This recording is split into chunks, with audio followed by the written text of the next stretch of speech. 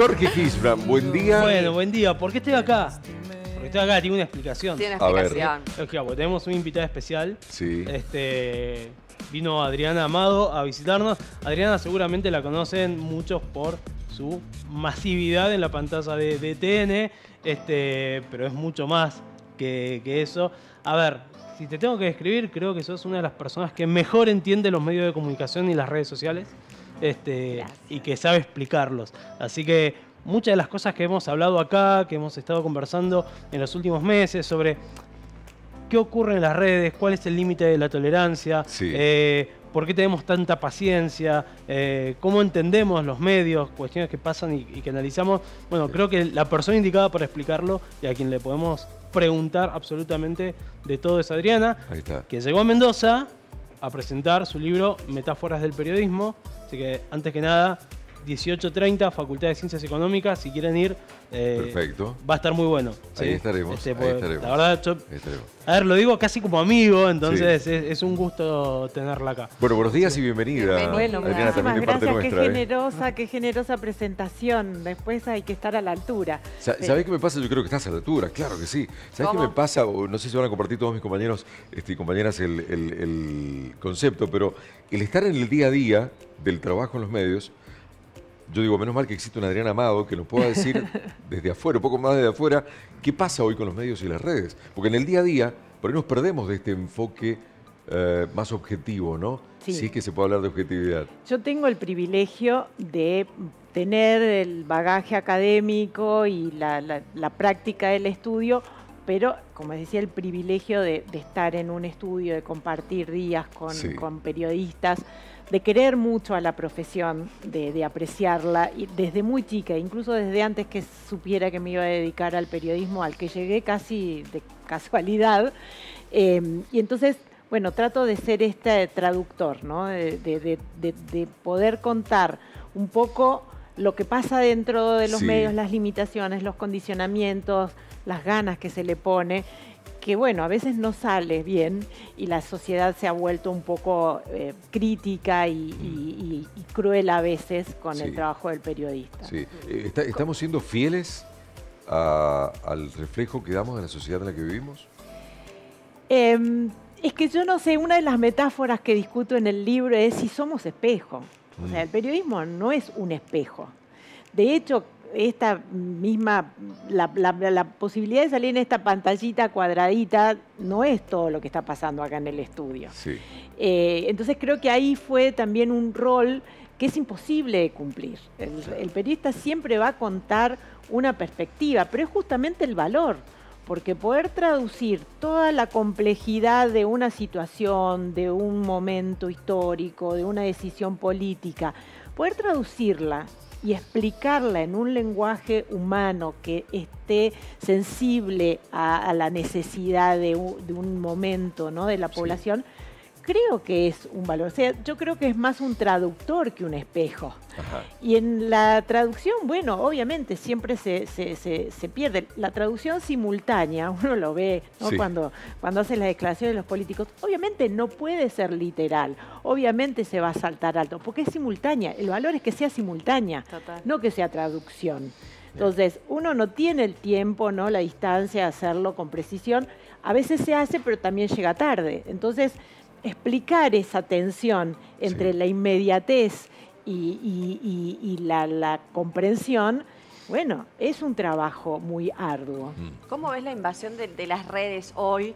En el sentido de que hoy todos somos cronistas. Vos estás en un hecho, con un teléfono en la mano, podés transmitirlo en vivo, podés filmarlo y contar lo que está pasando, y eso hoy, bueno, realmente es un antes y un después. Antes no sucedía esto. Es interesante, permíteme que tome la palabra invasión, porque es un poco como se ve. Claro, el periodismo tenía el privilegio y casi la exclusividad de contar eso. Ahora que compite con estas otras voces, estos invasores. Claro. Pero lo que yo planteo es que las redes trajeron una conversación pública que antes no existía.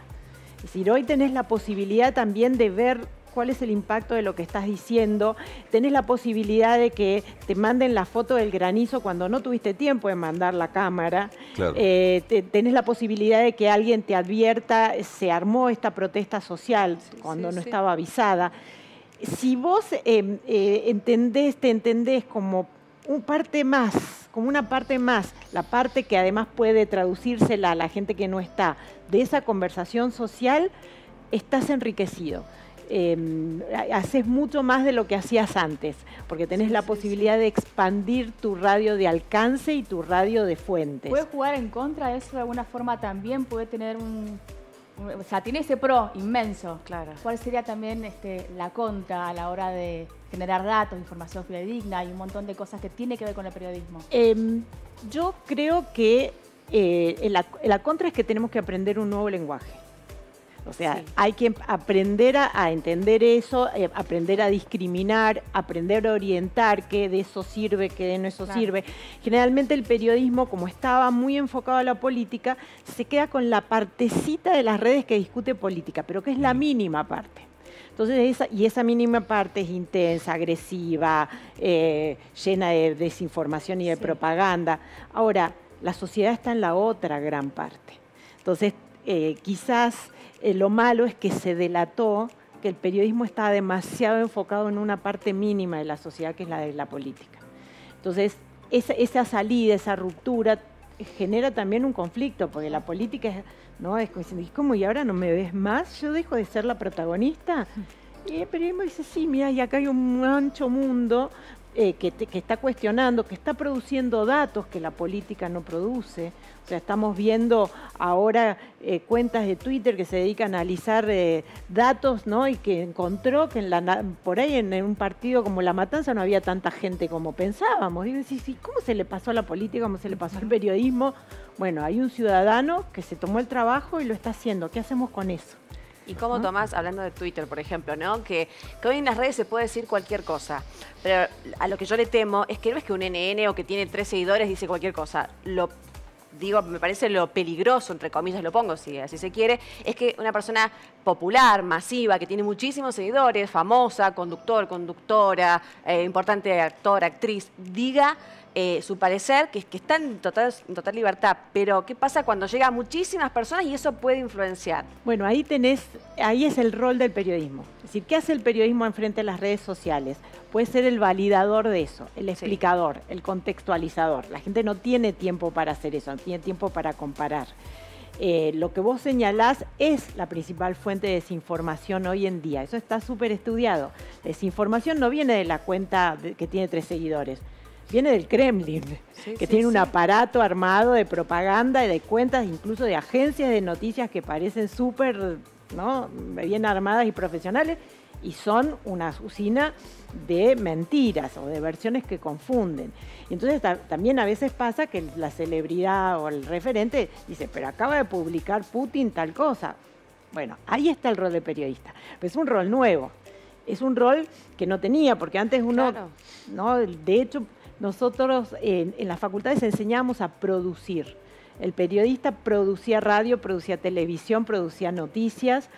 Y ahora tenés que ser casi un DJ, que vas poniendo, ¿no?, esta música combinada con esta, y tenés que conversar. Y no hemos enseñado a conversar, no hemos enseñado a tener el debate público. Entonces la primera reacción es, no, yo salgo de acá, apagá las redes, esto es tóxico.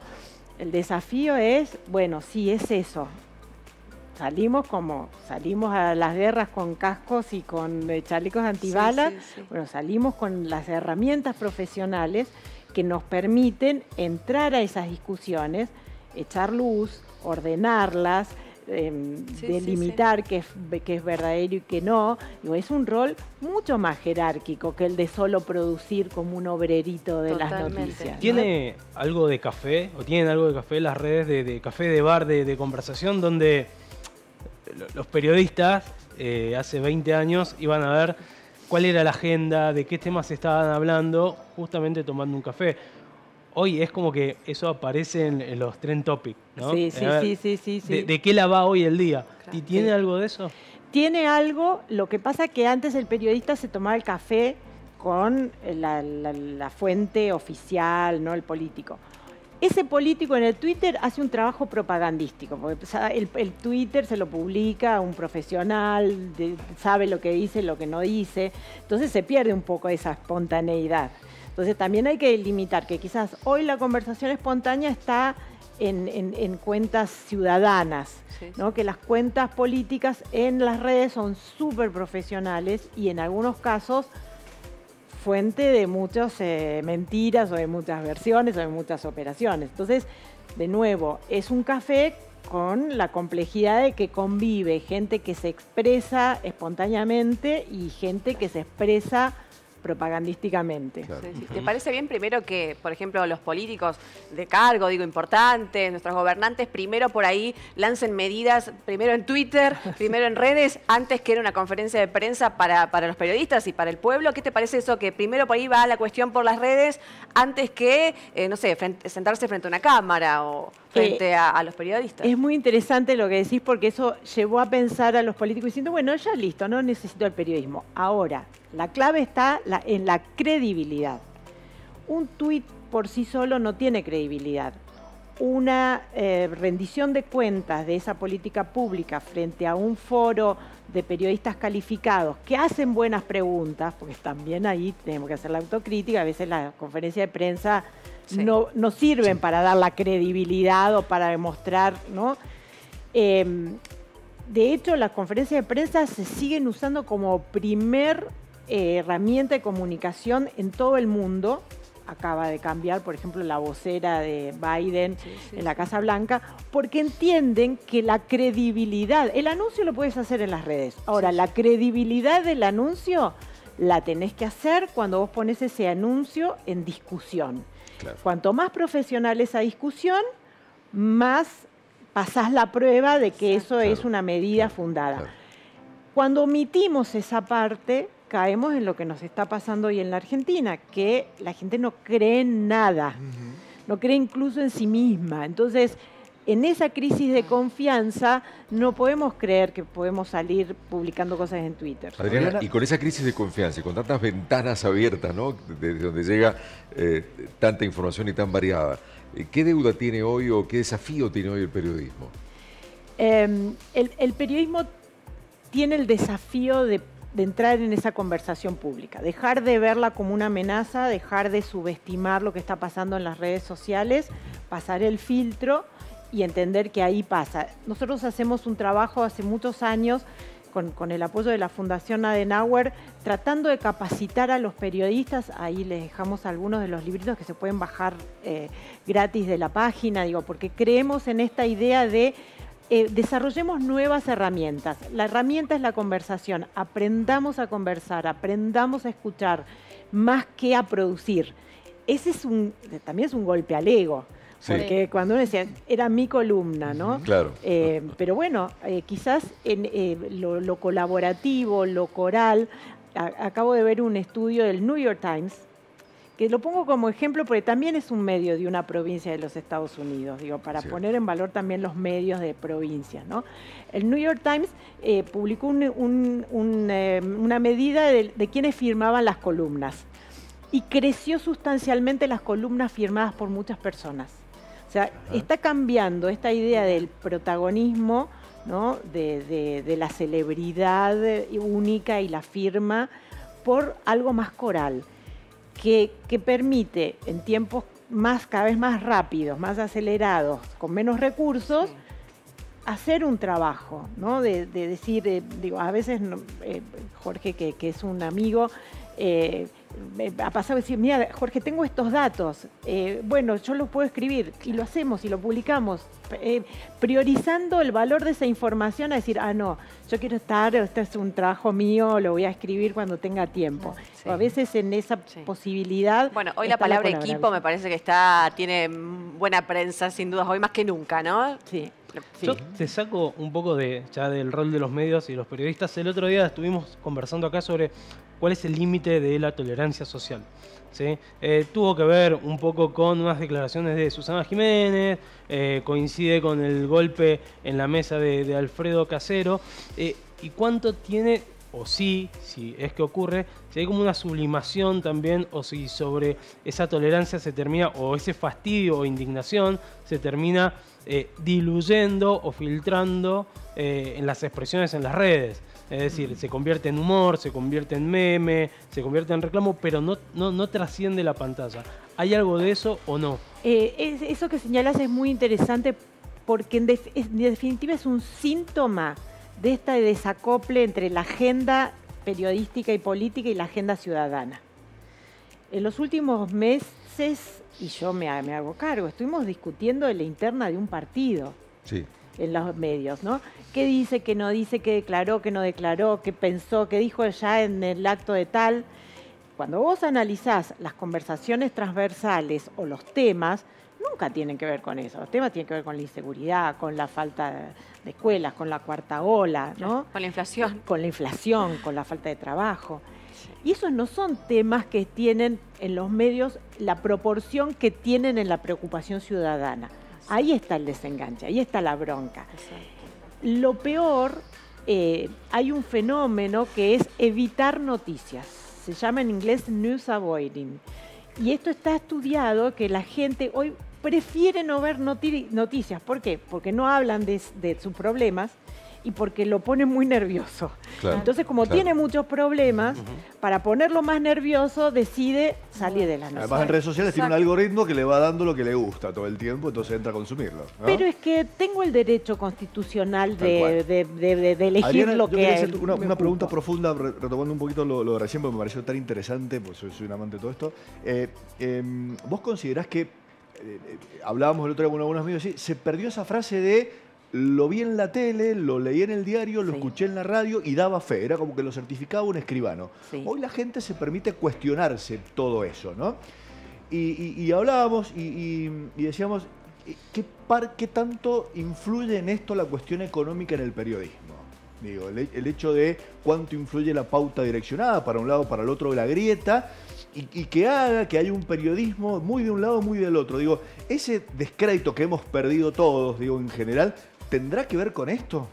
Bueno, tiene que ver también con que hoy podés ver en tiempo real si hay del otro lado gente. O sea, no solamente antes se medía, ¿no?, el rating y todo. Hoy podés ver qué impacto tiene los videos subidos en el YouTube de la Casa Rosada. Te invito. Y vas a ver que ninguno tiene más de modesta cantidad de vistas. Entonces, pues sí, bueno, si ahí ya me está diciendo que la gente no está viendo este video de la gira presidencial, porque yo estoy hablando de la gira presidencial. Claro.